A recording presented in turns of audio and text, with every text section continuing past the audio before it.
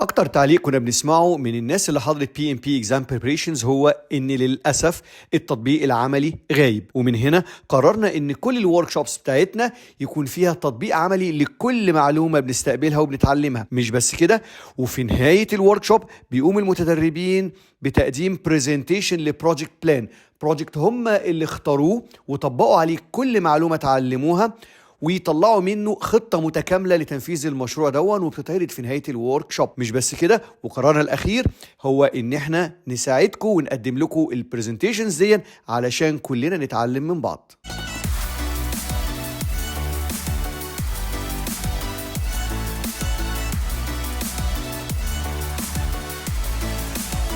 اول حاجه فيما بيتعلق بكورس، كان معظمنا في الاول جاي شبه مضطر ومش راغب، وكان شبه مفروض علينا ومقهورين، وبنحاول نشوف حد يجي مكاننا ومتضايقين قوي احنا بنيجي.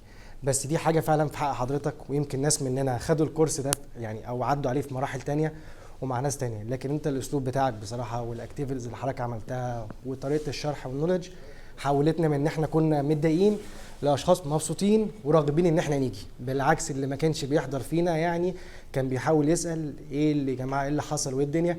فدي حاجه فعلا في حق حضرتك بصراحه، احنا ابريشيت ليك جدا بصراحه جدا.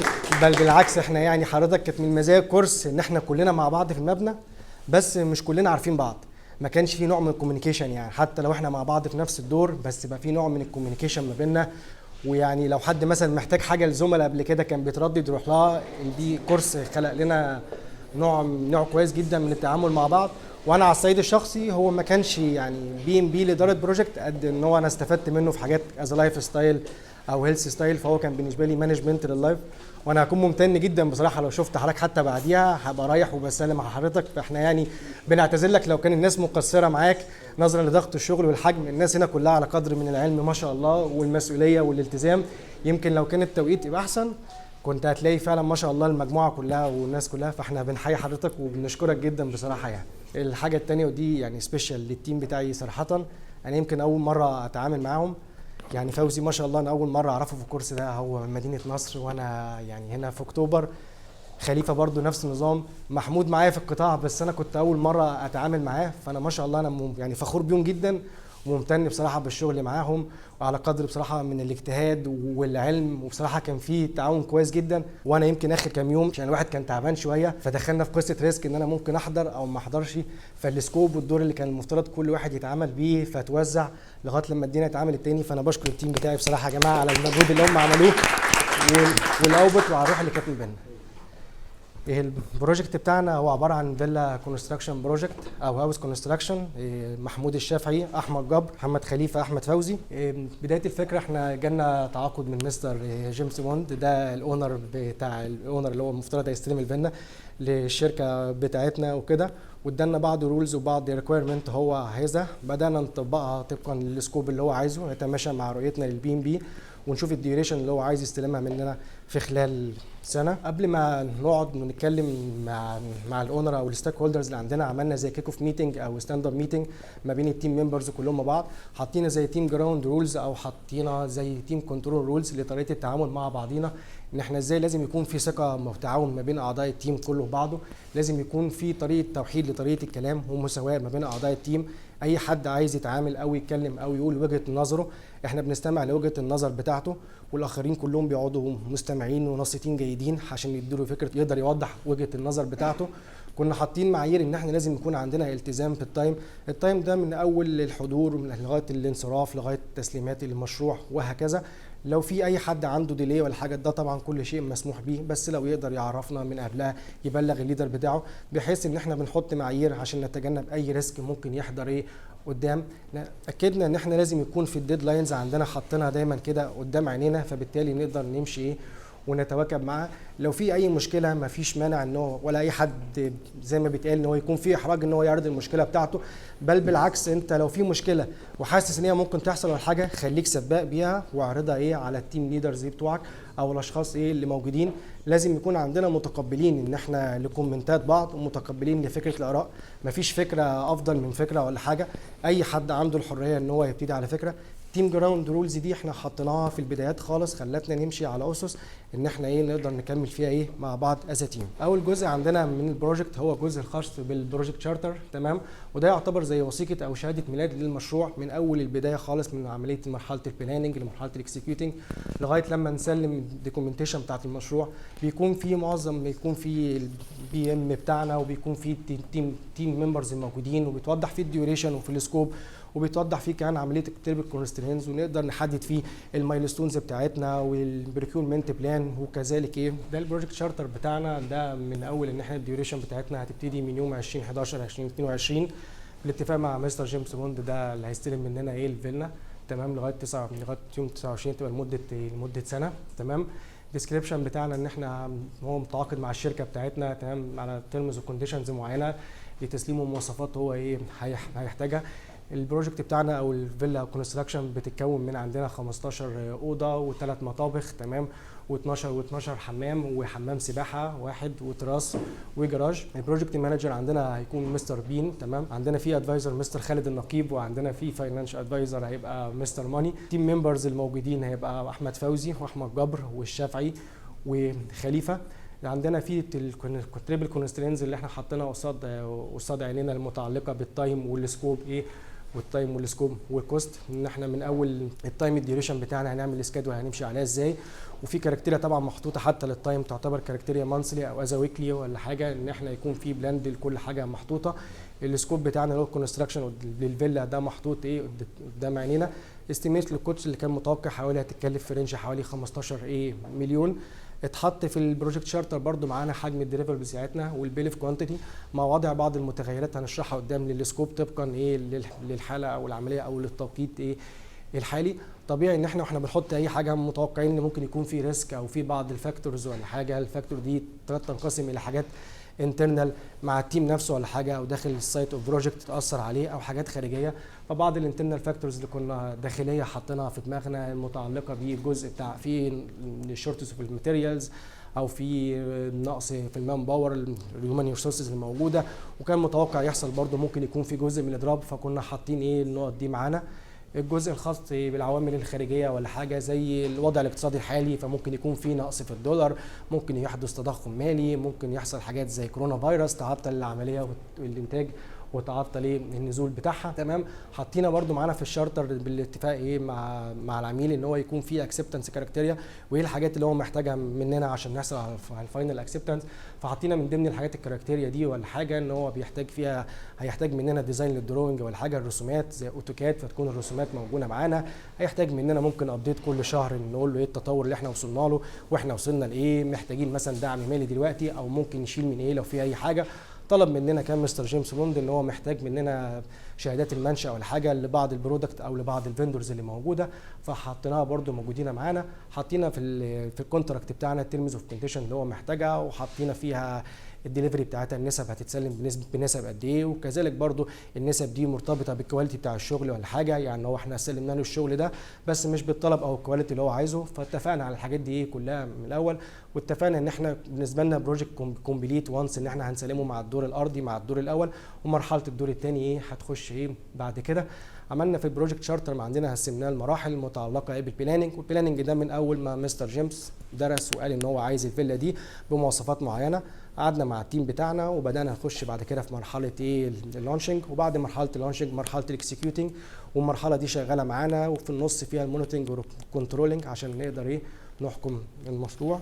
بعد ما زميلي احمد شرح الموضوع والبروجكت شارتر وهنعمل ايه في المشروع، كان لازم نشوف تاني حاجه الستيك هولدر، مين الستيك هولدر بتاعنا ونعرفه. فالستيك هولدر عندنا طبعا احنا مسمين اسماء يعني زي وهميه كده، فطبعا الكاستمر بتاعنا هو الستيك هولدر بتاعنا. في عندنا سبلاير اللي هو دي اسمها فوزي جبر، دي سبلاير. ده السبلاير ده اللي هو بيديني السيمنت، بيديني الساند، بيديني الحاجات اللي هبني بيها الفيلا. وفي عندنا الكونتراكتور ده اللي هو الوسيط ما بيني وما بين السبلاير، وفي الادفايزر. وطبعا عندنا هنا الاويرنس، هنلاقي ان مثلا لو السبلاير هو مش مهم قوي يبقى سبورتيف للمشروع، هو مجرد بيديني الخامات والحاجه وانا بنفذ. طبعا الكاستمر لازم يبقى هنا طبعا somehow supportive لسه، المفروض ان انا انقله من اللي هو السام هاو يبقى سبورتيف. زي ما احنا عندنا هنا واضح الكرنت ستيت بتاع، مثلا لو هناخد الكاستمر او الستيك هولدر بتاعي، هو هنا عايز اخليه هنا اول حاجه انترستد بدل ما يبقى من الاويرنس. عندنا السبلاير مش مهم عندي، مش مشكله يبقى ان اوير في الديزايرد ستيت والكرنت ستيت، مفيش مشكله. بالنسبه للكونسلتنت طبعا عايز اخليه من انترستد ليبقى سبورتيف. وفي هنا برضو عندنا برضو عاملين برضو بعض البيانات هنا اهو، اللي هو اهو هنا الريسبونسبيلتي بتاعتهم. ده اول واحد ده الاونر، التاني از مستر بين ده بروجكت مانجر، ده لازم يبقى فيه ديلي ابروفر. جروب او السبلاير هو بس باللوجيستكس واللو ماتيريال، اجيب المونيوم، هيجيب اي خامات. الكونتراكتور بيبقى بالاكسكيوشنز والتنفيذ. واخر حاجه الادفايزر، لو في اي مشاكل واجهتنا مع الكل اللي فوق ده بنلجا له وهو يحل لنا المشكله. تمام، ده برضو اهو شرحناه ازاي من الكرنت ستيت للديزايرد ستيت. وطبعا في الاخر برضو حاطط الفون نمبر والايميل بتاعهم لو عايزين نتكلم معاهم، والفيدباك برضو يدوه لنا كل قد ايه. في بعد كده برضو السكوب بقى، الديفينيشن بتاع البروجكت. هو البروجكت هي فيلا هتتكلف 15 مليون على سنه من نوفمبر 22 لنوفمبر 23. الهدف بتاع السكوب الديفينيشن اول حاجه ان انا يعني اخلص الفيلا بتاعتي واسلم الورق والريبورتات بتاع الفيلا ده، عشان لو حد بعد كده حب يكمل يعدل اي حاجه يبقى عنده ريبورتس خاص بيه. فده هنا هو المين جول بتاع البروجكت، ان انا اهو حاطط البادجت بتاعها وبفاريانس 10% على حسب طول ما انا ماشي هشوف ايه المتغيرات اللي عندي. فاخر حاجه البروجكت ريكويرمنت انفورميشن. اول حاجه هنا اللي هو الستيك هولدر جيمس بوند اللي هو الكاستمر بتاعي. طبعا البيرت بتاعته هاي جدا، اعلى حاجه، ولازم انا السكوب الريكويرمنت بتاعه ان انا اخلص الفيلا في التايم بتاعي. طبعا هنا بقى حاطين الاوبجكتيف الديليفربل اديله قد ايه مانثلي، هو مش محتاج كل يوم انه يشوف الريبورت بتاع البروجرس. الفيريفيكيشن هنا ان هو محتاج يبقى فيه اتشيفمنت على الاقل 50% لغايه 7، يعني لو انا في نوفمبر 22 يبقى في شهر 7 يبقى فيه 50% اتشيفمنت معايا. والفاليديشن هنا السايت سيرفي بالاكسبتنس بيقول لي تمام، في اي حاجات عايز نتناقش فيها الكلام ده. فبعد كده طبعا عندي التاني حاجه اللي هو البروجكت مانجر طبعا ده ديلي ريبورت وبيراقب عليه، وفي ابروفلز لو محتاج ابروفلز من الناس اللي تحت السبلاير او الكونتراكتور او الكلام ده هو المسؤول عنها. وبعد كده عندنا برضو السبلاير بالماتيريال وبياخد الفلوس مني. وفي الكونتراكتور اخر حاجه اللي هو بعد ما بياخد السبلاير والمكونات بيشوف الفينيشنج بتاعه الفيلا بالكواليتي المطلوبه بتاعتها. واخر حاجه الادفايزر لو في اي مشاكل او اي حاجه بنرجع له فيها. بدانا نقسم المايلستونز بتاعنا على البروجكت كله. اول حاجه هنعمل ابروفال اوف تشارتر، بيبقى ليها طبعا وقت بدايه ونهايه. تاني حاجه عندنا البروجكت بلان والكنترول، برضو بيبقى لها وقت ونهايه. السلكشن بتاع البروجكت تيم، الاكسكيوشن ستارتد، دي العمليه بقى التنفيذ الفعلي. وفي الاخر الاكسكيوشن كومبليتد والكلوزنج. خدنا كل واحده قسمناها لمجموعه من التاسك، كل تاسك بيبقى ليها وقت برضو بدايه ونهايه، وليها استيميتد بادجت وليها بيزلاين عشان نقدر نحسب منها الحاجات اللي احنا خدناها النهارده. مثلا الابروفال اوف تشارتر، بدانا نعمل بروبوزال رايتنج، عملنا التشارتر بتاعنا، حددنا الستاك هولدر، وبدانا نعمل جينيريك بلان، وبدانا نجمع الريكويرمنتس بتاعنا. دخلنا بعد ما اتفقنا على التشارتر اللي احمد شرحها، هنبدا نعمل البلان بتاعنا الفعلي. البلان بتاعنا الفعلي كان كان اكتر حاجه عندنا، منها الكوست، منها الكوميونيكيشن بلان، منها الريسك بلان، منها كل البلانات اللي كانت موجوده عندنا في البروجكت موجوده عندنا في التاسكات، وبرضو كل واحده ليها بدايه ونهايه. تمام. بعد كده بدأنا بقى نحدد التيم بتاعنا، وكل واحد في التيم هيبقى له تاسك قد ايه، ورحنا اخترنا المقاول اللي هيشتغل معانا. بعد كده بدأنا رحنا نزور السايت وشفنا الموقع ده عبارة عن ايه، بدأنا نجيب المعدات عشان نحفر ونبدأ نشتغل، وعملنا الأساسات. كل ده برضو مبني معانا، بس كونسترين التايم بتاعنا هي لمدة سنة. طبعا المونترنج والكنترول ده ماشي معانا طول البروجكت برضو. بعد كده دخلنا في مرحله الاكسكيوشن اهوت، عملنا الانسبكشن اللي هو كان النهارده برضو اشتغلنا فيه. بعد ما خلصناه نظفنا الموقع والفيلا عشان نسلمها للعميل، عملنا دوكيومنت هاند اوفر، هنسلم بقى الحاجه، سرحنا المقاول خلاص شغلك كده تمام، ومشينا الايه المعدات وزي الفل. طبعا الدبليو بي اس كان فيها دبليو بي اس ديكشنري، خدنا كل تاسكايه عملنا لها ديسكريبشن صغير هو عباره عن ايه، والتاسكايه دي مين اللي هيعملها، الرول بتاعنا او الريسبونسابيلتي بتاعنا هي كانت لمين. وده كان شكل الدبليو بي اس ديكشنري بتاعنا. كل تاسك عندنا من التاسكات في المايلستونز بتاعنا ليها الديسكريبشن بتاعها والريسبونسابل بتاعها كمان. ده شكله اهوت. بعد كده بدانا نقسم بقى الاو بي اس اللي هو الاورجنايزيشن بتاعنا. قلنا مثلا مين البروجكت مانجر، مين التيم ممبرز عندنا، مين الناس، مثلا مين الاتش ار اللي موجود عندنا. عملنا الكلام ده، انا عملته على ادروماكس، فيعني معايا لايسنس لو، فايه ساعدنا فيه كتير برضو التول ديت. بعد كده بعد ما حددنا كل الستاك هولدرز عندنا، عملنا اللي هي الريسبونسابيلتي ماتريكس. شفنا بقى كل واحد في المايلستونز بتاعنا هيبقى وظيفته ايه، هل هو ريسبونسابل لحاجه، هل هو اكاونتبل لحاجه، هل هو مثلا انفورماتيف لحاجه، هل هو مثلا محتاجين منه توقيع لحاجه. فدي شكل الريسبونسابيلتي ماتريكس بتاعنا، وادي شكل المايلستون بتاعنا. احنا عندنا البروجكت بتاعنا هو سنه واحده بس. الخمسه مايلستون هم اللي كانوا الخمسه عندنا في الاو بي اس. عندنا كل واحده ليها بدايه ونهايه. يعني التايم بتاعنا كان عندنا فيه كونسترين شويه، هو كان عايز الفيلا كمان سنه بالظبط، والسكوب برضو ما نقدرش نغيره، بس كنا ممكن نغير شويه في الكوست، هيبقى برضو معانا في الكوست. فكل مايلستون من المايلستونز ديت ليها التاريخ البدايه وتاريخ النهايه، وجواها مجموعه من التاسكات ليها برضو تاريخ بدايه ونهايه، وكل تاسك احنا صرفنا فيها قد ايه وخلصنا منها قد ايه. كل اللي فات ده بقى بنينا عليه حاجه اسمها جانت تشارت او من مايكروسوفت بروجكت. يعني انا ما لقيتش لايسنس بصراحه المايكروسوفت بروجكت، فعملناها جانت تشارت. هي كانت بفلوس بس عملتها قسمتها على اكتر من شيت. دي الجانت تشارت عندنا اللي عملناها. المايلستون عندنا هي الشكل المعين اللي فوق ديت، بتبقى احنا عندنا الديدلاين بتاعها 31 ديسمبر مثلا. تحت كل مايلستون عندنا التاسكات اللي كانت موجوده عندنا. ميزه الجانت تشارت دي بيبقى لها الستارت والفينش، الديوريشن كانت قد ايه عشان احنا متحددين بالتايم، واحنا خلصنا منها قد ايه، والبدايه والنهايه بتاعها، وهل في حاجه معتمده على حاجه ولا لا، يعني ستارت تو ستارت، ستارت تو فينش. فدي كانت ميزتها بصراحه. فلو ضغطنا عليها دبل كليك كده، فانا بدخل الداتا اللي انا عاوز ادخلها، والتاسكايه ديت البريورتي بتاعها عباره عن ايه. فانا مثلا عندي التاسكايه ديت بروبوزال رايتنج من 1 ديسمبر ل 7 ديسمبر، هم 5 ايام بس. تمام. الكوست بتاعها ما كانتش باينه هنا، لان دي يعني ما فيش حاجه فعليه هصرفها عليها. واقدر اضيف هنا برضو التاسكايه دي معتمده على ايه، يعني هل هي ستارت قبل ما يعني حاجه خلصت وانا هبداها بعدها. ده مثلا اهوت البروجكت كوستنج. مثلا لما عملنا كوستنج المشروع في الوقت ده، احنا قلنا ان هو 15 مليون.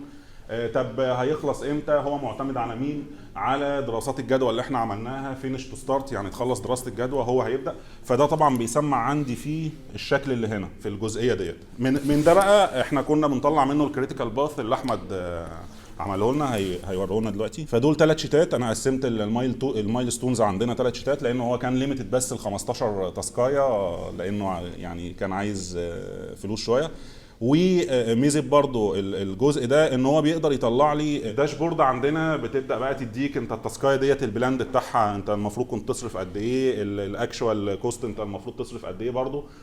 طب هي البريورتي بتاعها عامل ازاي، والاستيميتد بادجت عندنا مثلا انت صرفت قد ايه، والاكشوال كوست انت صرفت قد ايه على طول المشروع عندنا برضه. بعد كده حطينا لكل ايتم عندنا الحاجات اللي احنا هنشتريها، احمد برضه هيتكلم عنها، المصاريف بتاعها. يعني مثلا الجزئيه بتاع السباكه مثلا اللي فوق ديت، الجزئيه بتاعت مثلا الصبه، الدهانات، حطينا الكوست بتاعها عشان نقدر نحسب الاستيميتد كوست اللي موجود عندنا. بعد ما خلصنا الجزئيه ديت وعملنا الدبليو بي اس وعملنا التاسكات بتاعنا كلها وحطينا لكل تاسكايه الستارت والاند بتاعها والكوست، احمد بقى بدا يشتغل في الكريتيكال باث، فهو يكلمنا عنه. احنا هنا دلوقتي المفروض خلاص كلنا خلصنا الكوست بتاعتنا وحاطين الريزيرف اللي هو عباره عن كونتنجنسي ريزيرف والمانجمنت ريزيرف، فهنحطهم هما الاثنين وبعد كده هنبتدي بقى ايه يعني عشان نعمل السكيدول بتاعنا. فهنخش فين هنا، احنا هنا دلوقتي مسكنا كل الاكتيفيتيز اللي عندنا من يعني رقمنا كل حاجه، ادينا رقم A B C D وشوفنا ايه البريسيدنج اكتيفيتي بتاعتها، وبعدين التايم بتاع كل واحده حطيناها كلها رسمناها في جدول. طبعا عدت الزد وخلاص عشان هم 29 اكتيفيتي. هنا ابتدينا نعمل الكريتيكال باث بتاع كل الاكتيفيتيز بتاعت المشروع عشان نحاول نوصل العمر الفعلي للمشروع من الكريتيكال بوس، العمر اللي هو ايه ده اللي انا ما اقدرش يعني اقل عنه يعني الكريتيكال بوس بالظبط. فلما وصلنا في الاخر ان يعني عمر المشروع الفعلي هيبقى 156 يوم من الكريتيكال بوس اللي هو اللي فوق ده اللي هو واخد ACGK QSW A- لحد الفينش. احنا برضو يعني لو احنا عايزين مثلا دلوقتي احنا ده خلاص ده العمر بتاع المشروع بتاعنا، لو احنا دلوقتي مثلا عايزين نقلل الدنيا شويه ففي مثلا نشوف الاكتيفيتي مثلا اللي هي زي الدبليو اللي هي 125 يوم، لو احنا ممكن نعمل كراشنج فيها، يعني نزود مثلا الريسورسز فيها وهنعمل كراشنج للتايم بتاع المشروع كله، بس هيزود معايا الكوست طبعا. وهنا برضو حسبنا الفلوت بتاع كل حاجه اللي هو الليت ستارت ناقص الايرلي ستارت او الليت فينش ناقص الايرلي فينش اللي هو مكتوب فوق كل واحده، ومش تفرق يعني لو يعني دي او دي. وهنا بعد كده عملنا الريسورس بريك داون ستراكشر بتاع البروجكت كله. احنا عندنا دلوقتي هيومن ريسورس وترانسبورتيشن وماتيريال اند ايكويبمنت. الهيومن ريسورس عندنا اللي هو البروجكت تيم والليبر اللي هم العمال، يعني دول كلهم هيومن ريسورسز عندنا. وترانسبورتيشن هوفر للعمال برضو ترانسبورتيشن، والماتيريال اللي هو اللي هنقل الرمل والزلط وكل حاجه عندي فمحتاج لها ترانسبورتيشن. واخر حاجه عندنا طبعا الماتيريال والايكويبمنت اللي هم النون هيومن ريسورس بقيتهم يعني اسمنت وكل حاجه والمكن وكل حاجه احنا عايزينها. وهنا طبعا الهيومن ريسورسز هيبقى اللوكيشن بتاعها فين، اون سايت ولا هاير ولا كده، لان في حاجات احنا ممكن نعملها هاير اللي زي ما قلنا ميك اور باي ديسيجن، يعني لو حسيت ان هي توفر معايا لو انا هاجرها لا خلاص يعني اعمل لها رنت مش لازم ان انا اشتريها. هنا عملنا الكوميونيكيشن مانجمنت بلان، احنا عملناها كده يعني ايه حاجه بسيطه كده يعني اللي عندنا الستيك هولدرز اللي عندنا والسكيدول بتاعتهم. احنا هنا مثلا مستر جيمس بوند ده الاونر اللي هو بتاع المشروع، احنا قلنا مانثلي لان المشروع عندنا يعتبر تراديشنال يعني مش محتاج ان انا كل شويه اخد منه فيدباك، وهيبقى مثلا فيس تو فيس او هنبعت له مثلا ميل، بس الافضل طبعا يبقى فيس تو فيس يعني. وكل حاجه السبلايرز ومانثلي فيس تو فيس. الكونتراكتور اللي عندنا اللي هي الشركه اللي احنا بنعمل منها البريكيورمنت هيبقى مثلا يبقى كل اسبوع مثلا مع البروجكت مانجر وفيس تو فيس، او نعمل لها ايه هي تعمل لنا برزنتيشن مثلا عن اللي هي عملت. ومستر روبين اللي هو البروجكت مانجر ويكلي هيبقى مع التيم بتاعه كله فيس تو فيس وايميل. هنا عملنا الريسك ريجستر كل الريسكات اللي احنا ايه اللي هتقابلنا في المشروع يعني مثلا ممكن الماتيريال كواليتي، انا دلوقتي ممكن الكواليتي مش هي اللي انا محتاجها او اقل من الكواليتي اللي انا محتاجها، دي هتعمل معايا امباكت في الكوست والسكوب، والبروبابيلتي بتاعتها ممكن تبقى 20%. فالصح ان انا يبقى عندي باك اب سبلاير للموضوع كله عشان لو ده مثلا في مشكله اروح للسبلاير الثاني. وبرده الافيلابيلتي ممكن مثلا ما الاقيش حاجه متاحه فلازم برده يبقى عندي ايه احجز مثلا فلوس على جنب عشان لو في مشكله مثلا اجيب ماتيريال جديده او كده. والانفليشن لو انا مثلا دلوقتي حصل تضخم عندي في الفلوس في البروجكت كلها فلازم برضو اعمل حساب ده وبرضو ايه اعمل ريزيرف لبعض الفلوس على جنب، وده هيعمل معايا امباكت في الكوست والتايم. هو هنا والليبر سترايك مثلا لو حصل عندي اضراب عمالي فلازم برضو ايه اشوف مثلا عمال انا ازود لهم مثلا الرواتب بتاعتهم السالاريز كده عشان ايه يبقوا كويسين معايا. وفي حاجه برضو هنا البروبابيلتي، انا حاطط هنا الامباكت حاطه في الكوست والسكوب، المفروض برضو ممكن ان انا احط برضو زي البرسنتج زي هنا واشوف اللي هي الامباكت والبروبابيلتي الاثنين مع بعض الماتريكس بتاعتهم، بس هنا ساعتها مش هبص عليها لو اذا كانت في الريد اريا اللي هي بتبقى دايما يعني ايه من 0.5 ل 0.5 يعني في الاثنين، لو قلت عن كده اخلي ايه عينينا عليها بس مش يعني ايه كيب اون اي بس. وهنا برضه سوفت ويلفير ستيك هولدر لو هو مثلا ما عجبوش الشغل بتاعه فانا الحل بتاعي ان انا كل شويه اديله فيدباك عشان ايه يعني الغي الحته دي. هنا البريكيورمنت مانجمنت بلان بتاعتنا حطينا الايتمز اللي احنا عايزينها كلها والجستيفيكيشن بتاعها وهنحتاجها امتى. حطينا مثلا عايزين الاسمنت، عايزين مثلا عشان الكونستراكشن محتاجينه من ابريل لاغسطس الفتره دي كلها، كل حاجه حطيناها وحطينا هنحتاجها امتى والوقت اللي احنا محتاجينه. احنا كده يعني خلصنا الشغل بتاعنا وشكرا جدا يعني.